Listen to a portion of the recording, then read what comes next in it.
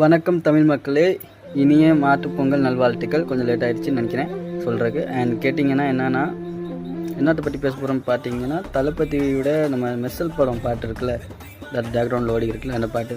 அது வந்து நம்ம வந்து பொங்கல் அன்னைக்கு நம்ம எல்லோரும் கொண்டாடுற ஒரு பாட்டு. தமிழர்கள் எல்லோரும் அந்த பாட்டை போட்டு தான் நம்ம ஸ்டேட்டஸ் கூட வைப்போம். பட் அந்த பாட்டோட வரிகளை வந்து என்னன்னா இதோட கனெக்ட் பண்ணுறாங்க. வந்து டிவிக்கு பாட்டெல்லாம் பார்த்தீங்கன்னா, இது ஆலப்புறம் தமிழனை வந்து விஜயனாவோட கனெக்ட் பண்ணுறாங்க. பட் வந்து விஜயனாக்கு மட்டும் இல்லை, எல்லா தமிழர்களுக்கும் அந்த பாட்டு பொருந்தும். அதோட வரிகள் என்னென்னா வந்து இப்போ நம்ம வந்து ஏஆர் ரஹ்மான் வந்து அதை என்ன யோசிச்சுட்டு அவர் வந்து அந்த ஒரு ஆசை தான் அது. என்னென்னா முன்னோர்கள் வந்து முற்காலத்தில் வந்து தமிழர்கள் வந்து உலகம் எல்லாத்தையும் ஆண்டாங்க. அதுபோல் இப்போதும் உலகத்தை ஆள வேணும் தமிழர்கள், அந்த ஒரு ஆசையும் அதனால தான் அந்த வரிகள் வச்சுருப்பார் ஏஆர் ரஹ்மான். அது வந்து என்னென்னா ஆளப்போகிறான் தமிழன்னா உலகம் ஃபுல்லாக ஆளப்போகிறான் தமிழ். உலகம் எல்லோரும் தமிழை ஆள போகிறான்னு அடுத்தவன் தான் அது. ஆள போகிறான் தமிழன் உலகம் எல்லாமே. அடுத்து பார்த்தீங்கன்னா வெற்றி மகன் வழி தான் உலகம் எல்லாமே. அதுக்கு அடுத்தமும் விஜயனா கனெக்ட் பண்ணுறாங்க. ஏன்னா இது அந்த படத்தில் மெர்சல் படத்தில் வந்து விஜயனா பேர் வெற்றி இருந்தனால. ஆனால் அதுக்கு அடுத்தவன் வந்து என்னன்னு பார்த்தீங்கன்னா, வெற்றி மகன் வழி தான் இனியும் இல்லைன்னா முருகன் மகன் வழி தான் எல்லாமே. முருகன் வந்து வெற்றின்னு சொல்லுவாங்க. அது தெரியும், எல்லாத்துக்கும் தெரிஞ்ச விஷயம் தான். முருகனை வழிபடுறவங்க எல்லா தமிழர்களும் தெரிஞ்ச விஷயம் தான் வெற்றினா முருகன். அப்போ முருகனோட பிள்ளைங்கள், நம்ம முருகனோட மகன்கள் நாம் எல்லாருமே வந்து அதை வழி தான் இனிமேல் உலகம் எல்லாமே. அதுக்கு அடுத்தம் தான் வந்து வெற்றி மகன் வழி தான் உலகம் எல்லாமே அந்த வரி இருக்கும். அடுத்து முருகன் வந்து தமிழரோட முற்பாட்டன்.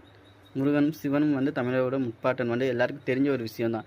வந்து எல்லாருமே வந்து கடவுள்னு சொல்லி இந்த போலேநாத் இந்த மாதிரி சிவனை வந்து சொல்லி தான் வழிபடுவாங்க. முருகனை கார்த்திக் இப்படி சொல்லி தான் அவங்க வழிபடுவாங்க. பட் தமிழர்கள் என்னன்னா முன்னோர்கள்னு எப்படின்னா நம்ம முற்பாட்டன் என்று சொல்லி தான் வழிபடுவோம். சிவனையும் முருகனையும் எப்பயுமே வந்து நம்ம வந்து எப்படி வழிபடுவோம்னு பார்த்தீங்கன்னா, ஆண்டவா அப்படின்னு சொல்லி தான் வழிபடுவோம். அது ஆண்டவாக்கு அர்த்தம் என்னென்னா தமிழர்களை ஆண்டவங்க. அவங்க வந்து நம்ம தமிழர்கள் எப்பயுமே பழக்கம் என்னென்னா, தமிழர்களோட முன்னோர்களை தான் நம்ம கடவுளாக வச்சு நம்ம வணங்கியிருக்கோம். அதை வச்சு தான் இதுலேயே உங்களுக்கு வந்து தெரியும், நம்ம முன்னோர்கள் வந்து நம்ம சொல்லிலேயே வந்து நம்மளோட வரலாறு வந்து விட்டு போயிருக்காங்க, தமிழரோட வரலாறு. அதுதான் என்னென்னா ஆண்டவான்னு நம்ம சொல்லும் போதே அதுலேயே தெரியுது நம்மளை ஆண்டவங்கன்னு.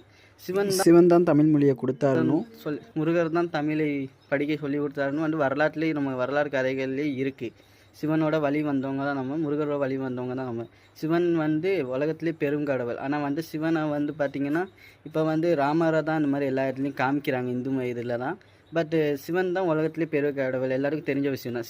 சிவனுக்கு வந்து எங்கேருந்து வந்தார், எங்கே உள்ளவர், அதெல்லாம் வரலாறு. ஆனால் தமிழர்களோட வாழ்ந்த கடவுள் முருகனும் சிவனுடைய மகன் முருகனும் நம்மளோட வாழ்ந்த கடவுள், சிவனும் வாழ்ந்த கடவுள். விநாயகரும் நம்மளோட கடவுள் தான். எல்லா கடவுளும் நம்மளோட தமிழர்களோட கடவுள் தான். எல்லா கடவுளும் தமிழர்களோட கடவுள் தான். அதாவது நம்மளை ஆண்டவங்களும் நம்ம கூட வாழ்ந்தவங்களும் நல்லது செஞ்சவங்களும் நம்மளோட அதுதான் வந்து